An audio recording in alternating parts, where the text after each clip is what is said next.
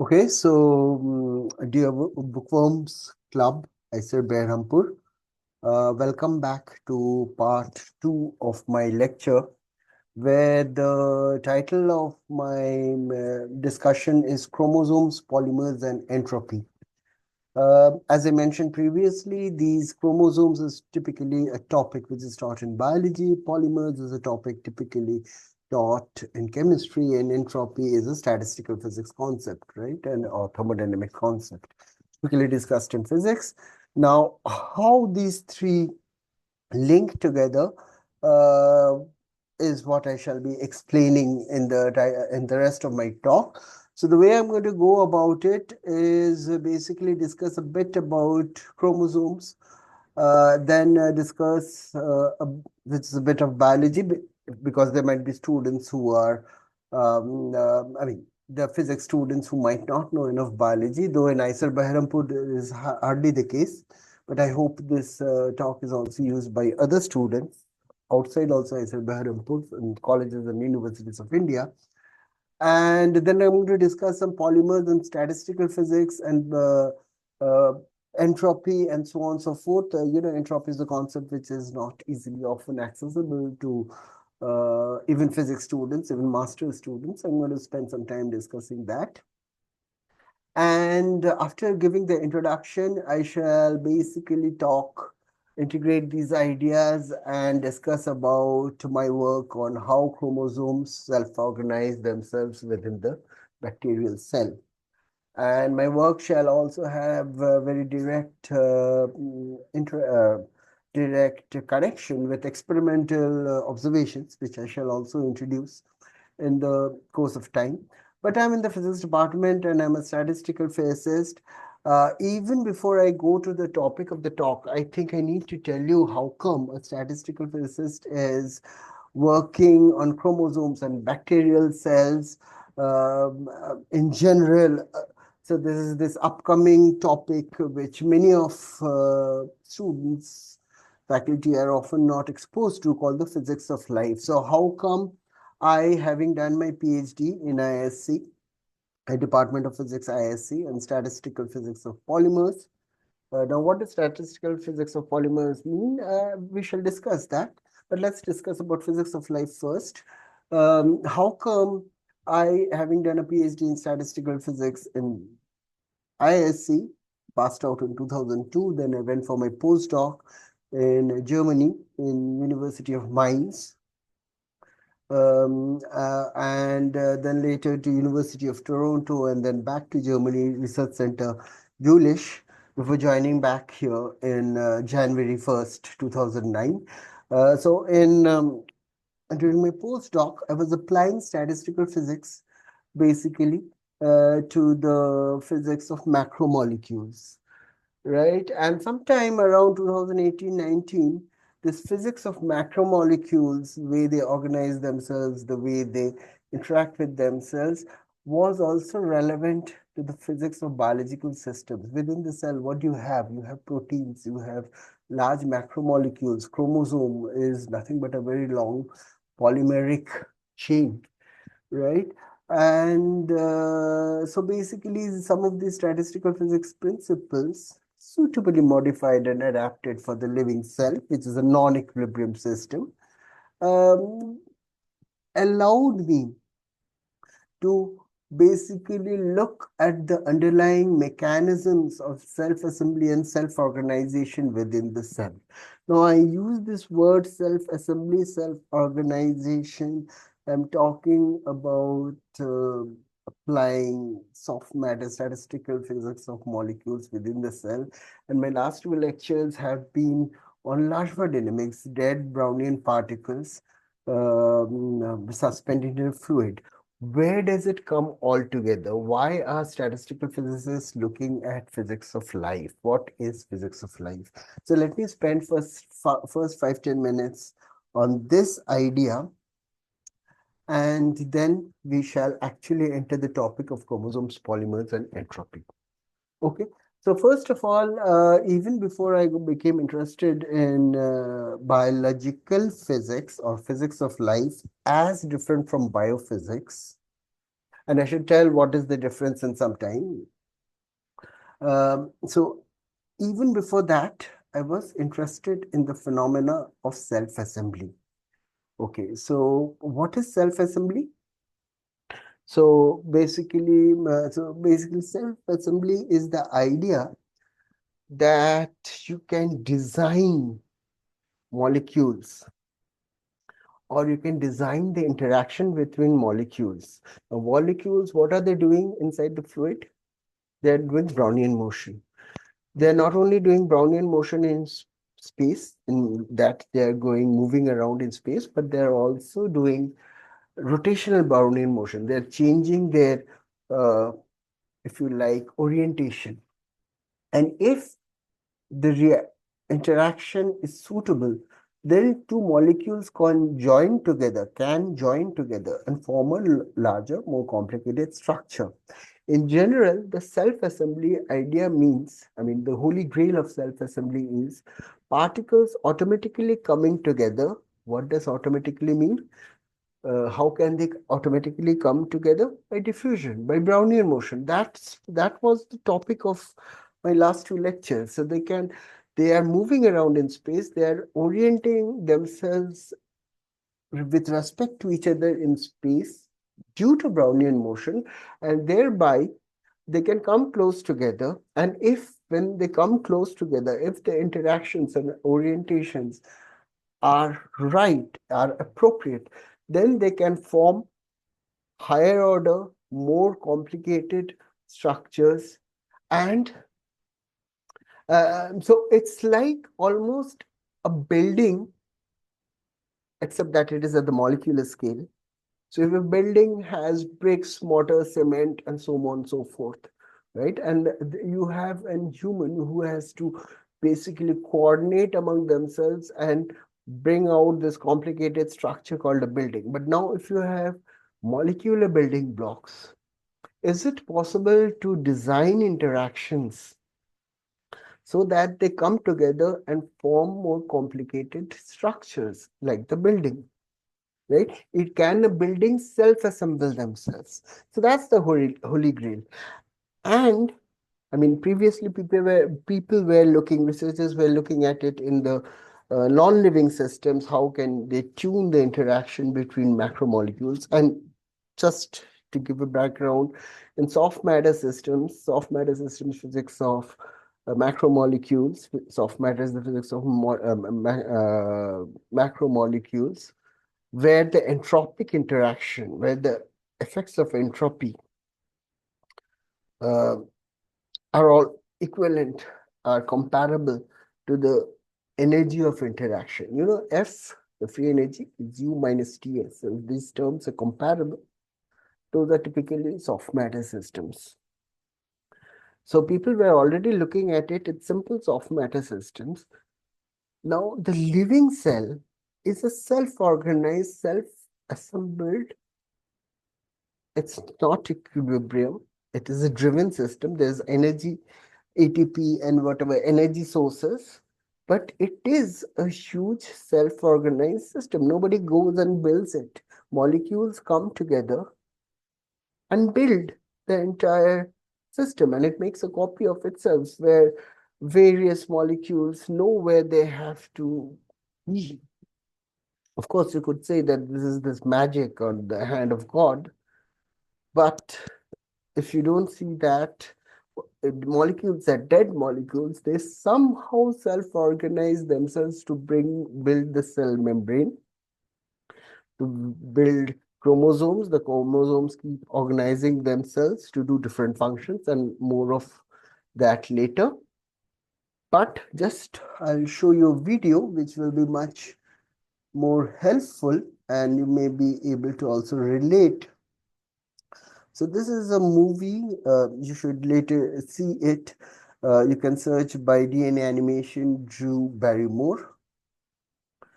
But so this is a beautiful video. I mean, I got fascinated. I saw this video first during the COVID times.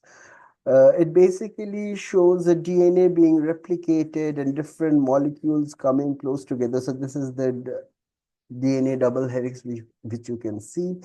and there are various processes which are going on. The DNA, there's some protein which comes together, comes and sits on the DNA, opens up the DNA double helix, and it rotates at 30 revolutions per second. That's the speed, and they mention it in this video. Uh, the speed of a propeller plane, actually, the old propeller planes. Right? So that's very high speed. But the molecule comes together and sits on the DNA, whichever protein molecule, and so on and so forth, which makes a copy of it. How does it find it? Right? How do this, when I use the word protein comes and sits on the DNA, how would it do it? It has to use processes like diffusion. Maybe it's more complicated than simple diffusion, but the basic process is diffusion. It might be directed diffusion, it might be energy consuming diffusion, but those are more complicated things than the simple diffusion. And here you see a polymer chain. Yesterday I was talking about particles doing diffusion. Here you see a connected chain bending around and moving around in space. Why does it do it? It's just a chain doing diffusion, the Brownian motion, except the different segments themselves are now being kicked around. So they are not only moving, they are also changing conformations. So basically, to discuss any of chromosomes or chromosome physics, I needed to first introduce you to Brownian motion, the process of Large-Wang equation, because that's the language and how I model these long chains. These long chains, I mean, the cell might be living, but these molecules are dead, right? This molecule doesn't have life. The molecules come together and build something which is self-organized and self-assembled. Well, self-organized means there's external driving. Driving could be external or internally. There could be molecules like ATP, which is locally supplying energy. So it's driving it locally. But that's over and above the basic statistical physics of diffusion and Large-Wang equation. That's why I had to start that, give you that introduction before I even talk about my work. And the point to remember is all these molecules which come together are dead molecules, but create this fantastic thing which we recognize as life. What is life? I don't know. Definitely nobody knows. How do these molecules come together and create something called life? In fact, that is the holy grail. That is the reason only that now people are getting into statistical physics, physics of life. Because the statistical physics driven systems, non-equilibrium systems on one hand, had to develop to a certain amount. And not only that, not only biology type experiments, but physics experiments had to develop so that you could measure forces of piconewtons. So if you pull a molecule, macromolecule like this, the order of energy, the kind of forces that you will need is piconewtons, right? And the kind, on applying a force of piconewton, you're going to move approximately a nanometer. Now, if you look piconewton into nanometer, that's a unit of energy, that you will see is the order of kBt. So all the external forces are competing with thermal energy, which is making molecules move around, or if there are more energy consuming processes, ATP gives out energy a few times kBt. So that is the right length scale and force scale and energy scale where kBt thermal fluctuations become very important. And that's the reason why statistical physicists, thermal physicists, with the help of experiments which can probe these piconewtons, nanometers, they have microscopes, direct or indirect super resolution, which can break the diffraction limit so that they can look at fluorescent molecules or take pictures. So now that you have experimented data and you can see such a huge amount of phenomena at quantitative detail, not just biological detail, where this happens and that happens. I mean, frankly, I didn't like biology.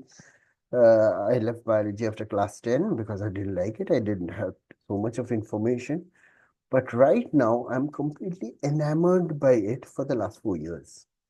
Once I realized the rich physical phenomena that happens, and there is so much phenomena left to be unexplained. And I always used to like this idea of self-assembly molecules coming together spontaneously and like building spontaneously a bigger structure.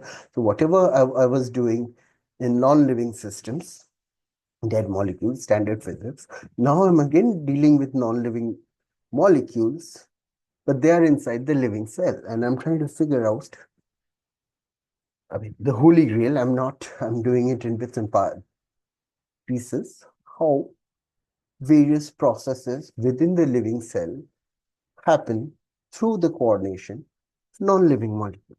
That's what I'm going to give a talk on and give a concrete example by my work. But before I go into that, I want to spend some time talking about, I mean, I already gave you an introduction why statistical physicists are getting into physics of life, but I also want to introduce you that, I mean, convince upon you or inform you that there's truly a large number of statistical physicists who are looking at living systems or the so-called the physics of life as different from biophysics. Okay. And if you want, I mean, see, I can't give you an overview in this talk because I want to talk about my work.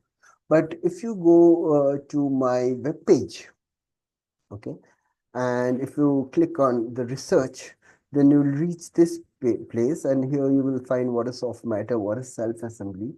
But what you will also find, you will find soft and living matter research groups around the world. To click on this, you will see all the different, I mean, the premier departments, all of which have opened huge physics of life uh, programs. And every day I get mails asking for tons of PhD students. Recently, Century, there's something in Marseille, asked for 16 PhD students and so on and so forth. But never mind. If you click here, living matter, subdiscipline of physics, increased focus in USA and Europe. So this is by Professor Bill Bialek of Princeton University. And you can click on that. And he essentially, uh, so this is William Bialek, and this is in the ICTS webpage. And what he basically says, so just read Physics of Life, a survey from the US National Academy of Sciences by Bill Bialek. So what he basically says is that every 10 years, USA figures out the status of physics. They figure out the committee which evaluates the progress done in the last 10 years and what is the roadmap for the next 10 years. And Bill Bialek of Princeton was the chair of that National Academy of Sciences Committee, and they gave the report. And for the first time, they decided that biological physics or physics of life has to be a separate subdiscipline of physics, uh, um, just like you have astrophysics and particle physics and condensed matter and optics and so on and so forth. Right? Now, physics of life is very different from biophysics. That's what I want to say, because they're introducing it as a separate subdiscipline in physics post 2020. Now, physicists have been doing biophysics at least since whatever 1955, Crick and Watson, and maybe even before. People have been using methods, tools of physics like X-ray crystallography and modeling and so on and so forth to probe different molecules like proteins, typical Indian biophysicists are looking at proteins, structure of proteins. Why is the structure like that? How does it change its conformation to do whatever life activities? So that has been active much earlier than I was born, right? So then why is biophysics, or how do I differentiate? Why is this new term, physics of life, biological physics, as different from biophysics? What's the difference? So people have been using chemistry software, detailed interaction to figure out properties of proteins, structure of proteins, X-ray, maybe other tools that I'm not aware of. I really don't know much about biophysics. To look at biological molecules. Right? I mean, you have already had the Nobel Prize just a few years ago on the structure of RNA molecule. Physics of life is different, or biological physics is different from biophysics is different. Here, it is more the approach is more like that of a condensed matter system. Large number of interactions gives rise to new emergent. The key word is emergent. What is emergent? It is, I mean, I cannot say everything in a talk. Please go and search what is emergent phenomena. So basically, so you have these constituent molecules. They have certain properties. But when you bring in a large number of molecules together, as a consequence of their interaction, there is new emergent phenomena, which is not the property of a single molecule. There are certain patterns made. There are certain structures made. You have the entire cell wall. You have a certain organization of the entire chromosome. There is organization within the cell. Each of those molecules are dead. But yet, you have the so-called Golgi bodies. I don't even exactly know what is a Golgi body, but Golgi bodies, I think, yeah, whatever, you look up your Wikipedia. And mitochondria, and all, they are well organized, packed, and they have certain positions with respect to each other. So when large number of molecules come together and form a spatio-temporal pattern, what does spatio-temporal mean? A certain pattern in space which might evolve as a function of time. It's really the property of large number of interacting molecules rather than the property of one molecule, one structure of at a time. This coordination, you might have heard of Turing patterns. So more complicated than that. So that aspect, when you're looking at that, that's the physics of life. The properties of interaction of large number of molecules, which gives coordinated behavior, dynamics, spatial patterns in space and time. So if you look at this lecture, there's a brilliant lecture. You can figure out, you'll get much more examples of physics of life. But what I briefly want to tell you here, I mean, I'm not going to discuss physics of life. He does a much better job than me. And in fact, I've learned stuff from here. But what I want to spend some time. So the first conclusion is that. But what I want to show here is this. This is a time around 4006. This is data from USA. This is William Bialik's lecture. What it shows is the number of PhD students which are passing out, which have been passing out in USA per year.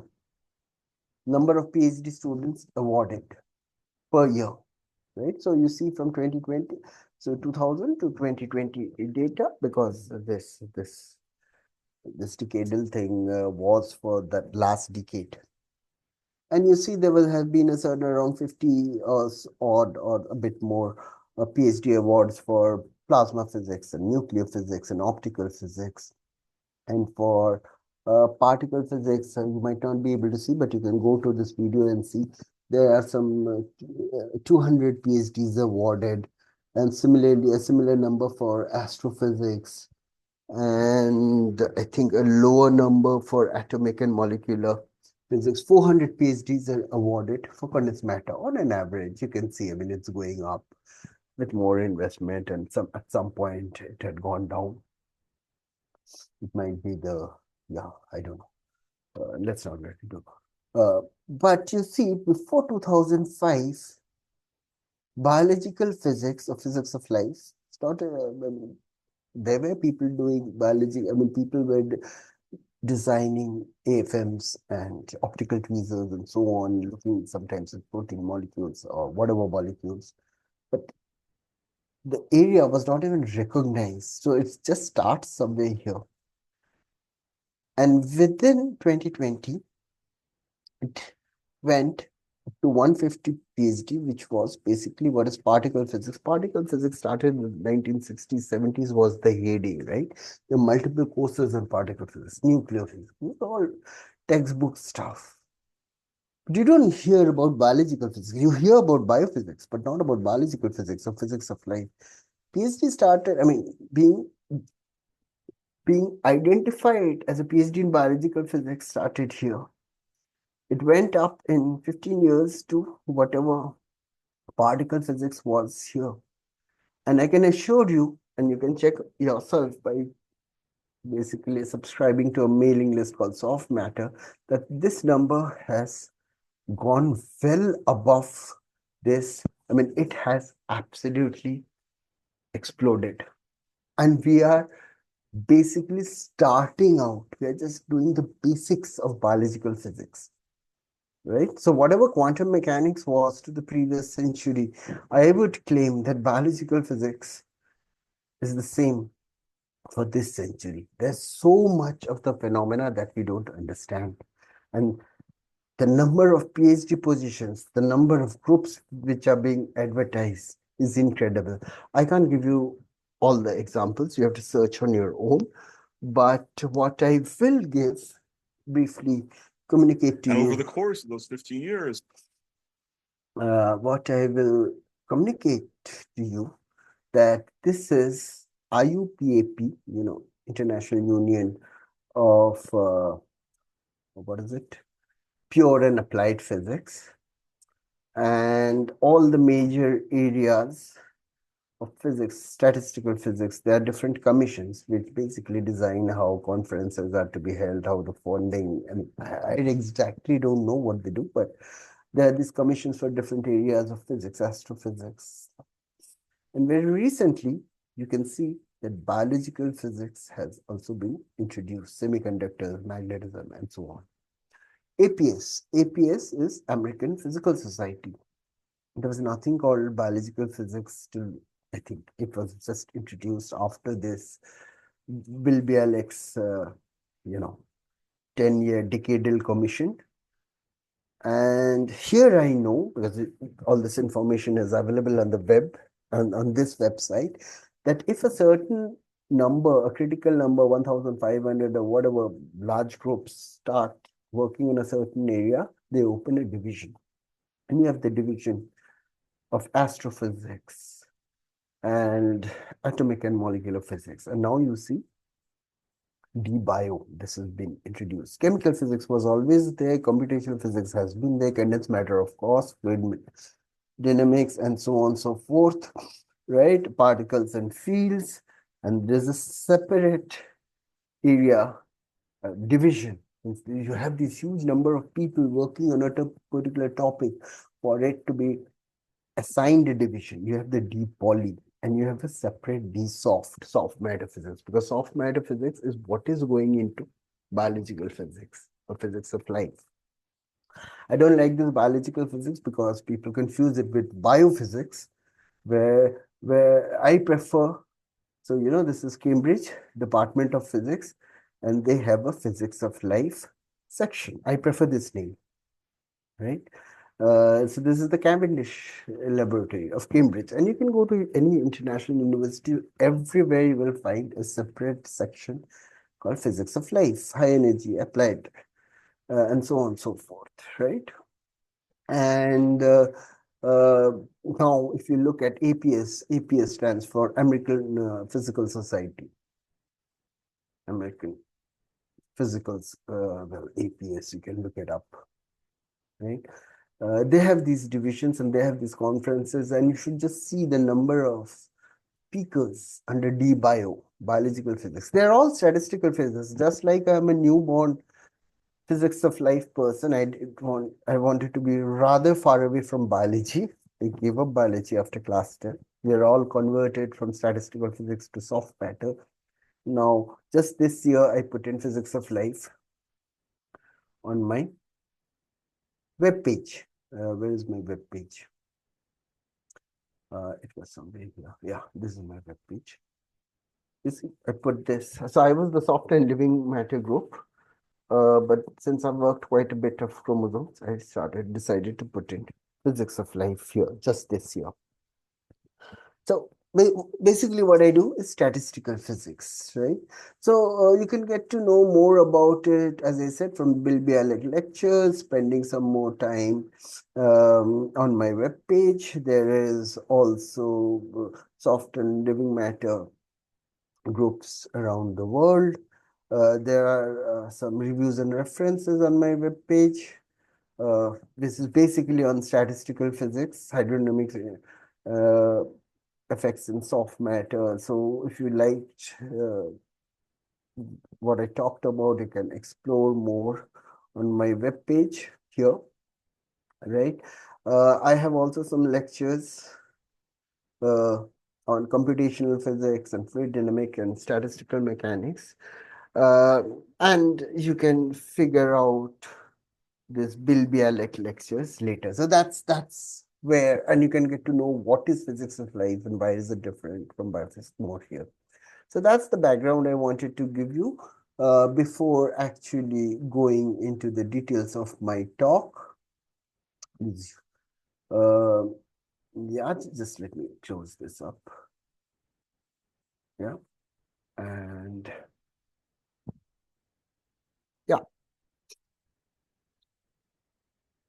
well, so that's where I enter the actual topic of my talk. Well, here there are some pictures of ISIR Pune, 36 faculty, physics faculty. Two or three of us are doing physics of life. There's not only me, but there's Shiv Prasad Patil, who is basically figuring out the properties of the physics of proteins. He's pulling proteins and so on and so forth. There's also Vijay Chikkadi. You can figure that out.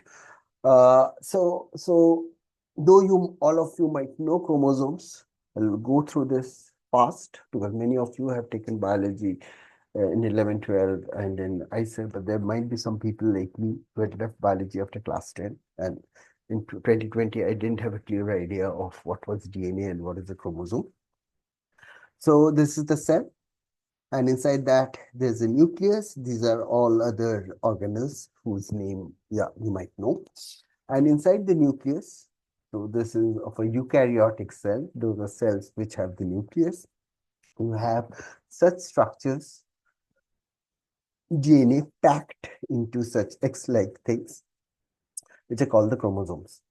Now, this chromosome like this occurs only when it is about to be divided. When the cell is about to be divided, then the DNA is packed into such structures, and each of these arms are taken to two different halves of the cell. And that is where you see a chromosome. And I mean, this packed thing is called a chromosome. Okay, for people like me. Now, people typically physicists hear about the double helix. The length scale of this double helix, one round of the helix is 3.2 nanometers. Width is around 2 nanometers. And just to give you an idea, the amount, so there are 23 pairs, that is 46 chromosomes inside the human body. Sorry, inside each cell of the human body. Now, if you take all the DNA end to end, put all of them and line them up along a straight line, stretch them up and along a straight line, it will come to approximately 2 meters. If you could just Google it up, and we have an average adult human has, I think, around 10 trillion, 10 to the power 13 or 10 to the power 14 number of cells inside the human body. So each human body has 10 to the power 14, I think it's 10 to the power 14 into 2 meters of DNA, right? And if you look this up, what the length is inside each human body, 10 to the power 14 cells into 2 meters, multiply it, you'll get a number, convert it into kilometers, and look at what is the size of the solar system. Each human has DNA equivalent to 1.5 times the size of the solar system. Size, I've forgotten whether it's the radius or the diameter, but you can check that out. So each human has DNA equivalent to the length of the solar system up till Neptune or whatever, Pluto or whatever is the current size, right? And this, so that's inside each human. But inside each cell, 2 meters of DNA is compacted inside a nucleus, which is order of size 10 microns. If it is all just randomly packed inside, it will be a mess. You cannot organize, make a copy of itself, create the right proteins, do the right transcription, and so on and so forth. So it is actually organized. It's at some level organized. So 150 base pairs is packed around some protein, which is called the histone, if you care to know the name. And that creates something called a 10 nanometer fiber. From 10 nanometer fiber, there's some expectation that there is some organization at the 30 nanometer or something at that length scale, but that is highly debated. You might see it in the books. You go to chromosome conferences, they're already telling that we should not be talking about the 30 nanometer. And how the thing is organized at even higher length scales is what is unclear. At this length scale, a lot of chemistry and I don't know, biology, proteins acts, but at very long length scales, you can consider this 10 nanometer fiber or whatever higher organization it forms, if not the 30 nanometer, whatever. When you're looking at that, that's where one can use polymer physics, statistical physics, because you can pose grain over the chemistry details. So that's what the DNA is for me. So here you have the DNA or 2 nanometers, then it's packed to form this 10 nanometer fiber, and how this is organized at a higher length scale, it is a complete open problem. Now, it is already known, and you might have heard about it, that even within the nucleus, there's a certain organization. First of all, the chromosomes don't mix. They occupy different parts within the nucleus. Moreover, they have certain preference for certain neighbors. So this green one will be surrounded by whatever 3 or 2 and so on. So they, even within that, there's some organization that preferentially a certain chromosome number 7 is surrounded by, just as an example, I don't know what is the number, 13 and 19, whatever. So here there are two questions. Why do polymers change noodle-like stuff very long since they don't mix? How do they maintain to remain demixed? Of course, it could be slow dynamics, but it's not that just. And how do they choose their neighbors? There seems to be absolutely some determined, I mean, it's stochastic. It's not that they're completely fixed like a crystal, atoms in a crystal. It is moving around. It is changing its organization because at different times, different proteins have to be expressed. There has to be different transcription, but it happens in an orderly fashion at the right time. How is this right time decided? It's not by magic. Well, proteins come and do whatever. How do they come? How do they figure out their space? Where the particular transcription has to happen. These are all open questions, and this is what chromosome physicists are looking into. What could be the underlying mechanism? And these are things which are not understood. You might have heard of chromosome territories, that certain chromosomes are organized, under quotes organized, not crystal organized, but statistically organized, that they have their particular neighbors. How does that packing of chromosome or this DNA or whatever you want to say, chromatin, Chromatin is these uh, structures which happen at the intermediate level at 10 to 30, 40 nanometer level. Whatever structure there is, 30 nanometer is not there, but whatever structure, that's chromatin. 10 nanometer fiber is the chromatin. How do those interact with each other, keep themselves unmixed, choose certain neighbors, at the right time get packed into the chromosome? Chromosome are structures like this, and then they divide into two parts of the cell, right? By something called, so basically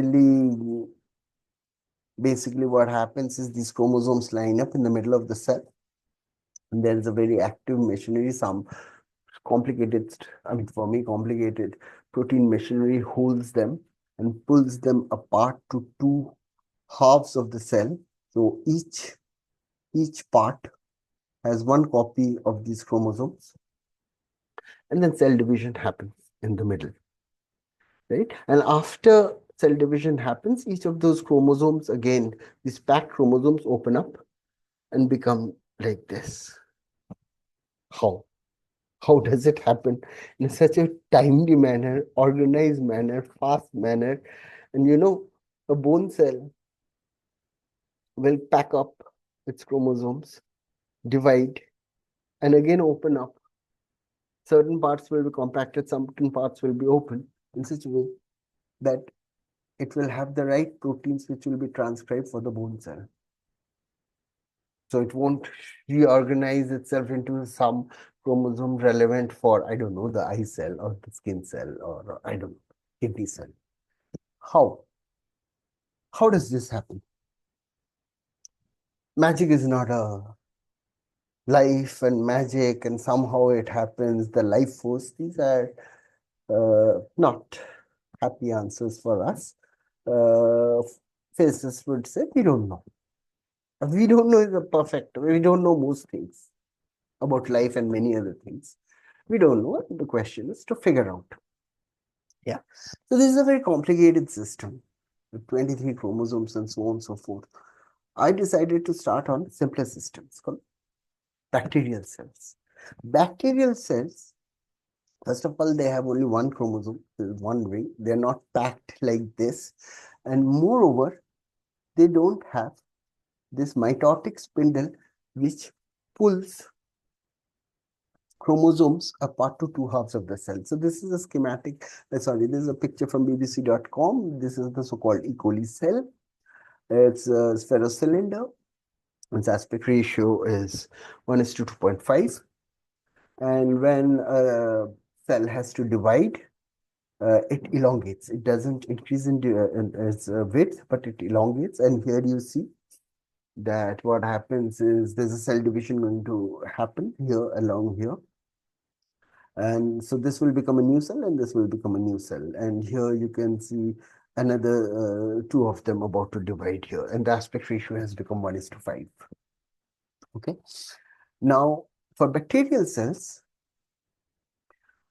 chromosomes, there's one single chromosome. It's a ring polymer. It's a ring. It's the ends are connected. It's not a linear chain. The ends are connected. The other point is higher organisms have the mitotic spindles like this structure with to segregate the two daughter DNAs once a mother DNA has made a copy of itself to become two daughter DNAs to segregate the DNAs into two cell halves. But bacteria doesn't have that. It doesn't have, it is a primitive organism, at least E. coli is a very primitive organism, and it doesn't have the sufficient protein machinery to pull different uh, chromosomes to two different halves of the cell. Question: how does segregation happen in a timely manner? Right now, so I'm going to look at GNA. So this is the question I'm going to look at, and people have looked at it at a previous times also. But I'm going to basically look at, so this is the E. coli cell, which has been split open and the DNA has come out. And what you can see, this very famous picture that you have these long chain-like molecules, which are reminiscent of polymers. Long chain molecules for me are polymers, okay? and you can see that there are twists and turns. And I am going to basically model that using large dynamics and so on and so forth. And I'm unable, I don't know enough protein biology and so on and so forth. So I'm going to model this as spherical beads connected by springs. There are all the details, the microscopic detail, A, T, C, G, and there might be proteins packing it locally. They will be subsumed inside my bead. So I shall just consider a bead spring model, basically a sphere connected by springs, because that's all that I know. And I shall consider that all the details of chemistry and biology are somehow subsumed within my bead. So they are there, they are very important. Yeah? But I'm not looking at that problem. So I'm going to look at this DNA as a long chain molecule where all the chemistry is inside it is happening at a smaller length scale. So so this guy, David Goodsell, makes very fantastic, accurate uh, pictures. He draws pictures, and this is how an E. coli cell looks like. I mean, this is schematic. You should figure out. And this is how the DNA molecule is. And these are other, I don't know, intracellular whatever organelles and ribosomes and so on and so forth. I'm going to simplify this by a bead connected by springs and then do statistical physics of it. Okay, this is basically, I'm going to simplify. So blobs, so around 10,000 uh, base pairs of DNA is supposed to be one sphere. I'm going to connect that, okay, they are at that length scale, they are flexible chains and they will be doing Brownian motion. But we'll come to that. We'll come to that in a moment. But basically, this is the kind of question that I'm looking at. This is what its chromosomes is, in case somebody didn't know. Bacterial chromosomes cells do not have the machinery to segregate their chromosomes. How does that happen? That was actually, yeah. So this is still an open question, but there are some solutions. And I'm going to look at chromosomes in a bead spring model, statistical physics. Okay. So with this, so that was the introduction of chromosomes. And then let me talk a bit about polymers and entropy. Okay. Uh, okay, let me take a break because I talked, I think, for 45 minutes. But now I shall introduce the polymers and entropy and then bring these two ideas together. But let me take a break for a moment.